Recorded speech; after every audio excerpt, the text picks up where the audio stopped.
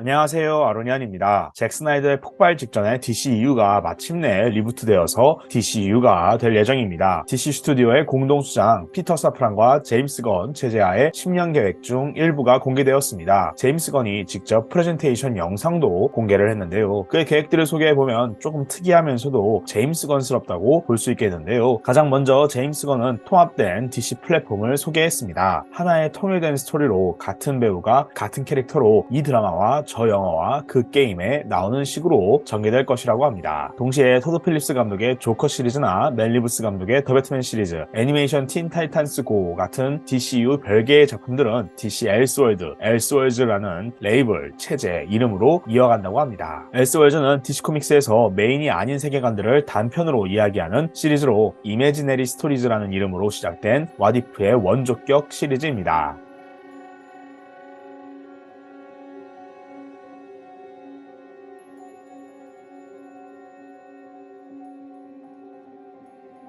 게임과 드라마까지 아우르는 DCU의 10년 계획이 더욱 궁금해지는데요. 우선 올해 개봉 예정인 DC 영화들은 총 4편으로 샤잠, 신들의 분노, 플래시, 블루비틀, 아쿠아맨, 로스트 킹덤입니다. 제임스 건은 플래시를 자신도 맡고 환상적인 영화라면서 칭찬을 했는데요. 이 영화로 DCEU가 DCU로 리부트된다고 밝혔습니다. 워너 관계자들의 플래시 내부 시사회 반응이 무척 좋았다는 보도도 많이 되고 있긴 한데 제임스 건이 직접 이 영상에서 밝힐 줄은 예상하지 못했습니다. 영화가 별로라면 이제 타격이 만만치 않겠죠. 근데 플래시로 리부트되는 건 영화 내용이 원작의 플래시 포인트라는 리부트 이벤트이기 때문에 자연스럽긴 하지만서도 그 다음으로 블루비틀, 아쿠아맨2가 나온다는 게 조금 특이해 보이긴 합니다. 플래시로 리부트되면 DCU의 첫 영화가 블루비틀이 되는 것이기 때문에 이게 어떻게 돌아가는 건지 여기에 대해서는 좀 얘기를 좀 해줬으면 좋지 않았을까 하는 생각이 듭니다. 그러나 또 제임스 건이 이 4편의 영화들을 부를 때 올해 알려진 예정된 개봉 순서로 불렀기 때문에 드라마 피스메이커처럼 그냥 다 나오고 플래시의 리부트의 여파는 2025년 슈퍼맨 레거시부터 시작된다고 설정할 수도 있습니다. 혹은 정말로 플래시로 리부트된 DCU의 첫 영화가 블루비틀, 두 번째 영화가 아쿠아맨2일 수도 있습니다. 제임스 건은 10년치 계획이 무엇인지는 아직 밝히지 않았지만 그 첫 단계, 비유하자면 페이지 1을 챕터 1이라는 표현으로 공개했습니다. DCU의 챕터 1은 바로 Gods and Monsters, 신들과 괴물들이라는 제목을 갖고 있는데요. 동명의 유명 DC 애니메이션 영화가 있고 DC 히어로들에 어울리는 표현이기도 합니다. 실제로 제임스 건의 취향에 딱 맞는 B급 계열의 히어로들, 크리처들이 제작이 예정되기도 했는데요. DCU의 챕터 1을 살펴보면 크리처 코만더스 애니메이션이 나올 예정입니다. 크리처 코만더스는 1980년에 나온 DC의 슈퍼히어로 팀으로 최초 설정은 뱀파이어와 늑대인간, 프랑켄슈타인, 그리고 고르곤이 인간 리더 하에 2차 세계대전에서 활동한다는 것이었습니다. 심지어 제임스 건이 직접 전체 7개 에피소드들의 각본을 모두 집필했다고 하는데요. 공개된 컨셉 아트로는 쉐이드 요원 시절에 크리처 코만더스와 유사한 것으로 보이지만 더 수어사이드 스쿼드의 릭 플래그의 아버지 릭 플래그 시니어와 위즐이 이 팀에 새로 추가가 되었습니다. 릭 플래그 시니어는 원래 있는 캐릭터이긴 한데 크리처 코만더스에는 없었는데 은근히 자연스럽게 선택을 잘 한 것으로 보입니다. 어쨌든 DCU 작품이기 때문에 떡밥이나 내용, 인물이 앞으로의 DCU에 영향을 미칠 것으로 보입니다. 다음 작품은 월러라는 드라마로 피스메이커에 나온 팀 피스메이커와 월러가 나오는 드라마라고 합니다. DC 드라마 둠 페트롤과 왓치맨의 제작자들이 만든 드라마로 제임스 건은 환상적인 이야기라면서 마음에 들어 했는데요. 더 수어사이드 스쿼드와 피스메이커의 비올라 데이비스 배우가 그대로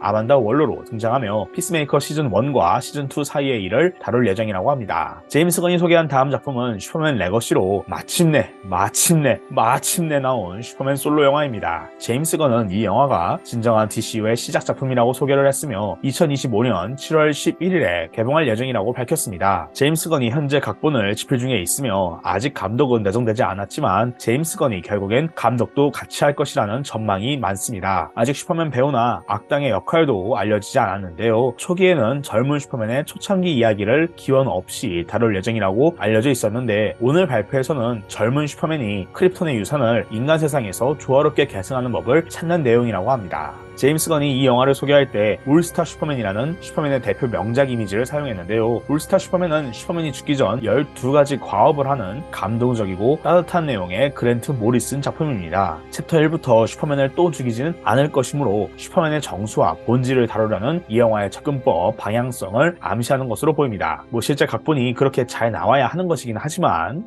우선 적어도 방향성만큼은 잭 스나이더의 파괴신과는 달라서 저한테는 마음에 드는데요. 참고로 올스타 슈퍼맨에는 크립톤의 어느 엘리트 부부가 지구에 왔고 지구를 미개하다고 판단해서 제멋대로 새로운 크립톤으로 바꾸려고 하는 내용이 있기는 했습니다. 어쩌면 12가업이라는 소재 자체도 슈퍼맨 레거시 영화에 반영이 될 수도 있겠습니다. 참고로 올스타 슈퍼맨의 메인 빌런은 굳이 따지자면 렉스 루터와 솔라리스인데 이들이 영화의 악당이 될지는 지켜봐야겠습니다. 랜턴스라는 드라마가 다음에 소개되었습니다. 이전에 HBO 맥스의 가이 가드너와 존 스튜어트의 그린랜턴 드라마를 대신해서 나오는 HBO 드라마로 보이는데요. 할 조단과 존 스튜어트라는 두 인기 그린랜턴을 주인공으로 하는 우주경찰 그린랜턴의 트루 디텍티브 같은 드라마가 될 것이라고 합니다. 몇몇 원작의 다른 그린랜턴들도 마치 양념처럼 조금 나오긴 하지만 우주를 배경으로 하지는 않고 지구를 배경으로 한다고 합니다. 이 드라마에서 두 그린랜턴들이 파헤칠 미스터리가 훗날 더 거대한 무언가의 떡밥이 된다고 하는데요. 아마 이 드라마가 그리고 이 떡밥이 10년 계획과 밀접할 수도 있겠습니다. 만약 정말로 그렇다면 아무래도 이제 그린랜턴과 이 지구와 관련된 유명한 미스터리는 원작에서는 아마 화이트 랜턴의 라이프 엔티티일 텐데 그렇다면 10년 계획이 블랙키스트 나이트가 될 수도 있겠습니다. 한편으로는 뭔가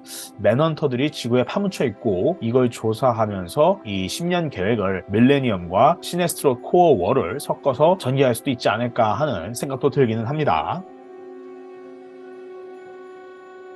다음은 어소리티 영화입니다. 어소리티는 DC 코믹스의 슈퍼히어로 팀이긴 하지만 처음 나왔을 때는 DC의 메인 유니버스가 아니고 와일드스톰 유니버스의 주요 슈퍼히어로 팀이었습니다. 흔히 슈퍼맨 배트맨의 게이 커플 패러디로 유명하지만 그것 말고도 독창적이고 자극적이며 현실적이고 실험적인 전개와 설정들로 가득한 매력적인 팀인데요. 제임스 건도 프레젠테이션에서 세상을 구하기 위해 수단과 방법을 가리지 않는 독특한 팀이라면서 자신감 있게 이 영화를 소개했습니다. 제임스 건은 자신의 열정을 쏟은 계획이라고 이 영화를 소개했는데요. 아마도 DC 스튜디오의 가장 마블스러운 작품이 되지 않을까 생각도 듭니다. 실제로 제임스 건도 마블러스라는 단어를 쓰기도 했죠. 어쨌든 어소리티는 엄연히 DCU 소속 영화로 이 팀이 DCU에서 다양한 교류가 있을 것이라고 제임스 건이 직접 밝혔습니다. 저스티스 리그가 잘 나온다면 어소리티만의 개성도 더 확고해질 테고 둘이 나중에 대결도 할 수 있을 테니 기대가 되기는 합니다. 그 다음에 소개한 작품은 파라다이스 로스트라는 드라마입니다. 원더우먼의 데미스키라는 원작에서 파라다이스 아일랜드라는 이름 별명을 갖고 있습니다.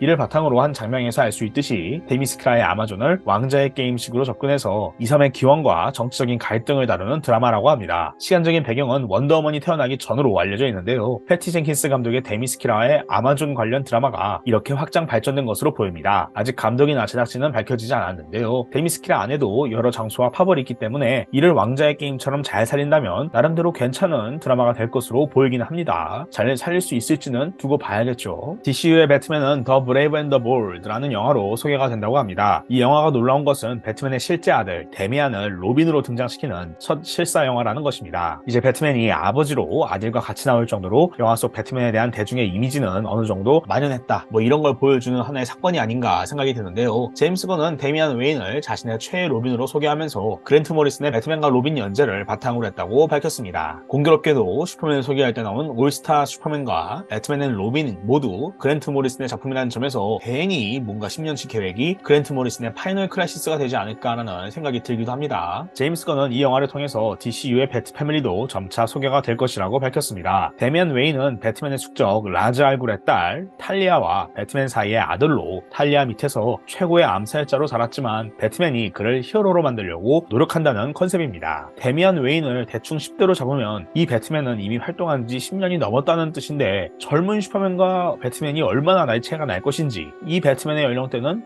어느 정도인 것인지 배우는 또 누구로 할 것인지 다른 로빈들은 그럼 어떻게 됐는가 하는 점도 굉장히 궁금해집니다. 아니면 그냥 데미안 웨인만 DCU의 로빈으로 퉁치는 것인지도 궁금해집니다. 틴 타이탄스도 팬덤이 크고 중요한 DC의 자산인데 딕 그레이슨이 만약에 없다면 조금 좀 이 부분은 참 궁금하긴 합니다. 참 생각해보면 데미안이랑 같이 다닐 배트맨이라면 벤 애플렉이 참 어울리기는 어울리는데 벤 애플렉이 다시 돌아오지는 현재로서는 알려진 바는 없습니다. 더 배트맨 파트 2는 2025년 10월 3일에 영화 영화가 개봉한다고 합니다. 멜 리브스 감독은 공식 제목을 파트 2라고 지었으며 스피노프 드라마 펭귄도 계속 진행 중이라고 합니다. 참고로 최근 버라이어티와의 인터뷰에서 DC 스튜디오의 수장 피터 사프라는 배트걸 영화는 개봉할 만한 영화가 아니었다고 밝혔습니다. 피터 사프라는 직접 영화를 봤으며 제작진들과 배우의 열정과 재능은 대단했지만 정작 영화 자체가 문제가 많아서 결국은 DC를 아프게 하는 영화가 되었을 것이라고 밝혔습니다. 다시 돌아와서 부스터 골드 드라마도 준비 중입니다. 부스터 골드는 미래에서 온 히어로인데 성격은 또 MCU 스타로드 같아서 제임스 건이 맡아주길 바라는 팬들이 은근히 많았는데요. 제임스 건이 결국은 부스터 골드 제작을 공식 발표했습니다. HBO 맥스 드라마로 나온다고 하지만 아직 감독이나 각본, 배우는 밝혀지지 않았는데요. 아마도 원작의 밝고 유쾌한 분위기로 전개가 될 것으로 보입니다. 부스터 골드와 블루비틀 2대는 흔히 블루 앤 골드라는 별명을 가진 최고의 DC 콤비 중에 하나인데요. 블루비틀 영화가 잘 되면 비록 이 영화의 블루비틀은 3대이긴 하지만 원작에선 이 부스터 골드와 블루비틀이 같이 나오는 영화나 드라마가 있을 수도 있지 않을까라는 생각이 들기는 합니다. 부스터 골드가 미래에서 온다는 점에서 이 드라마로 DC의 10년 계획의 떡밥들을 알 수도 있지 않을까 하는 생각이 듭니다. 영화 슈퍼걸 우먼 오브 투모로우도 나올 예정입니다. 슈퍼걸은 슈퍼맨과 달리 조각난 일부 크립톤 파편에서 살다가 지구로 온 캐릭터인데요. 작가 톰 킹의 동명의 원작은 슈퍼걸의 복수를 보여주면서 팬들과 평론가들로부터 높은 평가를 받았습니다. 제임스 건은 이 영화를 특히 SF 영화라고 소개하면서 이 슈퍼걸 캐릭터가 입체적인 캐릭터가 될 것이라고 소개했는데요. 이 점에서 슈퍼걸 영화는 슈퍼맨 레거시보다 좀 더 SF적이고 좀 더 현실적이고 하드한 내용이 될 것으로 보입니다. 한편 영화 플래시에서 슈퍼걸로 나오는 배우 사샤 칼레가 주연인지는 아직 미정입니다. 스완프 싱도 솔로 영화를 갖게 되었습니다. 스완프 싱은 DC 코믹스의 메인싱으로 오컬트, 호러, 판타지를 넘나드는 괴물인데요. 앨런 무어 연재도 호평을 받은 만큼 이 영화는 스완프 싱의 기원을 다루는 아주 무서운 호러 영화가 될 것이라고 합니다. 아무래도 영화 컨저링의 제작자 피터 사프란의 합류도 있지 않을까 생각이 드는데요. 어쩌면 제임스 완이 이 영화를 제작할 수도 있겠습니다. 정말 신들과 괴물들에 어울리는 라인업이라고 할 수 있겠죠. 한편 제임스 건과 피터 사프란은 언론과의 인터뷰에서 하차하는 DCU 배우들에 대해 정리했습니다. 가장 먼저 헨리 카빌의 경우 헨리 카빌을 매우 좋아하지만 제임스 건 자신의 슈퍼맨은 헨리 카빌과 어울리지 않는다면서 팬들이 마치 제임스 건이 그를 해고한 것처럼 표현하는 것은 오해라고 밝혔습니다. 애초에 자신의 슈퍼맨 영화에 헨리 카빌을 고용한 적이 없기 때문이고 또 엄연히 헨리 카빌의 불량하던 쿠키 영상은 카메오 계약이지 속편 계약이 아니었기 때문입니다. 원더우먼의 갤 가도시나 아쿠아맨의 제이슨 모모아, 샤잠의 제커리 레비, 플래시의 에즈라 밀러는 이어질 수도 있고 끝날 수도 있습니다. 피터 사프라는 그 배우들과 다시 일하지 않을 이유는 전혀 없다라면서 완전한 하차는 부인했는데요. 버라이어티는 DC 스튜디오가 이 배우들에게 다시 이어갈 기회를 줬다고 분명히 밝혔습니다. 특히 아쿠아맨에 대해서는 제이슨 모모아는 언제나 아쿠아맨 영화를 트릴로지로 생각했다라고 피터 사프란이 말했던 것이죠. 빨리 하차했으면 좋겠는 배우 에즈라 밀러의 경우 지금은 에즈라 밀러의 치료와 개선에 집중하고 있다고